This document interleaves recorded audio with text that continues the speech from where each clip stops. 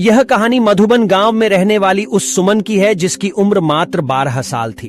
वह कभी स्कूल नहीं गई, फिर भी वह कुछ ऐसा करने का सपना देखती थी जिससे वह पूरी दुनिया में मशहूर हो जाए। सुमन के गांव वाले हमेशा उसे पगली कहते थे, क्योंकि वह कभी स्कूल नहीं गई, फिर भी वह जिंदगी में कुछ बड़ा करने का सपना देखती थी। गांव वाले सुमन के पिताजी पर इस बात को लेकर दबाव बनाते थे कि सुमन पढ़ी लिखी नहीं है, इसलिए जल्द से जल्द इसकी शादी कर दो, वरना आगे चलकर बहुत मुश्किल होगी। सुमन के पिताजी गांव वालों की बात से पूरी तरह सहमत थे, पर सुमन सहमत नहीं थी। उसे तो शादी नहीं बल्कि पूरी दुनिया में नाम कमाना था। कुछ ऐसा करना था जिससे उस पर लोगों को बेटी होने पर गर्व होता। सुमन के लिए यह सब कुछ करना आसान नहीं था। गांव वाले इस बात से बेखबर थे कि वाकई सुमन करना क्या चाहती थी। वह किसी को इस बारे में नहीं बताई थी कि वह एक अच्छी चित्रकार है। उसे बचपन से चित्र बनाना अच्छा लगता था। शायद यही वह वजह थी कि उसका मन पढ़ने में नहीं लगता था और इस वजह से वह कभी स्कूल ही नहीं गई। उसके पिताजी को उसका चित्र बनाना अच्छा नहीं लगता था। उन्होंने कई बार सुमन के बनाए गए चित्र को आग के हवाले कर दिया था, फिर भी सुमन हार नहीं मानी। वह चित्रकारी करती गई और करती गई। जब सुमन नहीं मानी तो उसके पिताजी ने उसे उसके हाल पर छोड़ दिया था। एक दिन सुमन अपने कमरे में चित्र बनाने में इतना खोई हुई थी कि उसके पिताजी उसके पास जाकर खड़े हो गए। उसे बिल्कुल एहसास नहीं हुआ। तो सुमन, तुम नहीं मानोगी, सुमन के पिताजी ने कहा, यह बेवकूफी वाला काम तुम्हारे किसी काम नहीं आने वाला है। पापा, आप मुझे हमेशा नीचे क्यों गिराना चाहते हैं? सुमन दुखी मन से बोली, मैं जिंदगी में कुछ करना चाहती हूँ, आप मुझे बार बार क्यों रोकते हैं?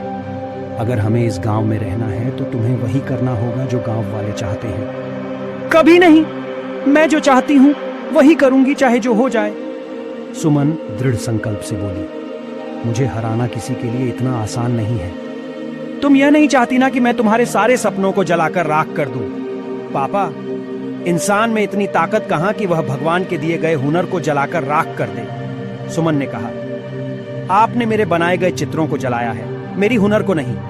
गांव वाले ठीक कहते हैं कि तुम्हारी लड़की पागल हो गई है। सुमन के पिताजी ने सख्त लहजे में कहा, उसे इलाज की जरूरत है।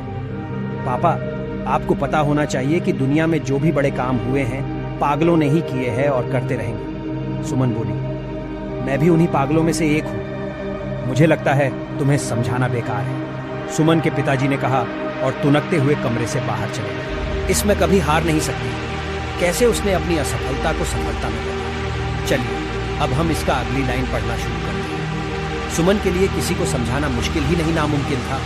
अगर वह अपने पिता को समझा नहीं सकती तो वह दुनिया में किसी को भी नहीं समझा सकती। वह घर छोड़कर गांव से दूर चली जाना चाहती, पर वह इस डर से गांव नहीं छोड़ना चाहती थी कि गांव वाले उसके पिताजी का यह कहकर जीना मुश्किल कर देंगे कि उनकी लड़की किसी के साथ भाग गई। गांव वाले तो बस कहने का मौका ढूंढते रहते। सुमन को जो भी करना था गांव में ही रहकर करना था। वह गांव वालों को सफल होकर दिखाना चाहती थी, ताकि वे भी अपनी बेटियों को आगे बढ़ने का मौका दें और उनकी बेटियां अपने पैरों पर खड़ी हो सके।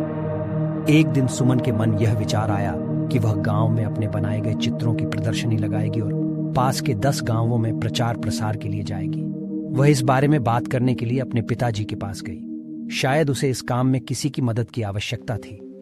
पापा, मैं आपसे कुछ कहना चाहती हूँ, सुमन ने अपने पिताजी से कहा। शायद आपको अच्छा लगेगा कि नहीं। बोलो, क्या कहना चाहती हो? मैं गांव में अपने बनाए गए चित्रों की प्रदर्शनी लगाने जा रही हूं, सुमन ने कहा। इस प्रदर्शनी में लोगों को मेरे हुनर के बारे में पता लगेगा तो वो हमें कुछ नहीं कहेंगे बल्कि मुझ पर गर्व महसूस करेंगे। गर्व और तुम पर? सुमन के पिताजी ने गंभीरता से कहा। यह कभी नहीं हो सकता, शर्त लगा लो। किस बात की शर्त? यही कि अगर गांव वालों को तुम पर गर्व नहीं हुआ तो क्या पिताजी, तुम चित्रकारी छोड़ शादी करके यहां से चली जाओगी? सुमन के पिताजी ने कहा। मंजूर है तुम्हें यह शर्त? मंजूर है, पर सुमन बोली, आपको मेरी प्रदर्शनी का प्रचार प्रसार पास के 10 गांवों में करना है। हाँ, मैं तैयार हूं। तो मैं भी तैयार हूं, सुमन ने कहा।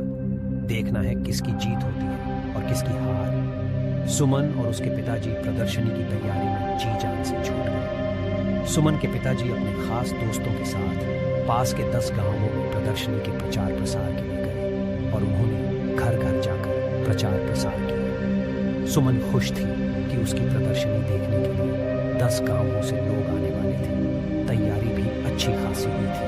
और यही नहीं, 3 दिन चलने वाले इस प्रदर्शनी को देखने आने वालों में काफी खुशी दिख रही थी। मैं आशा करता हूं कि आपको यह इंस्पिरेशनल स्टोरी इन हिंदी को पढ़ना अच्छा लगता रहा होगा।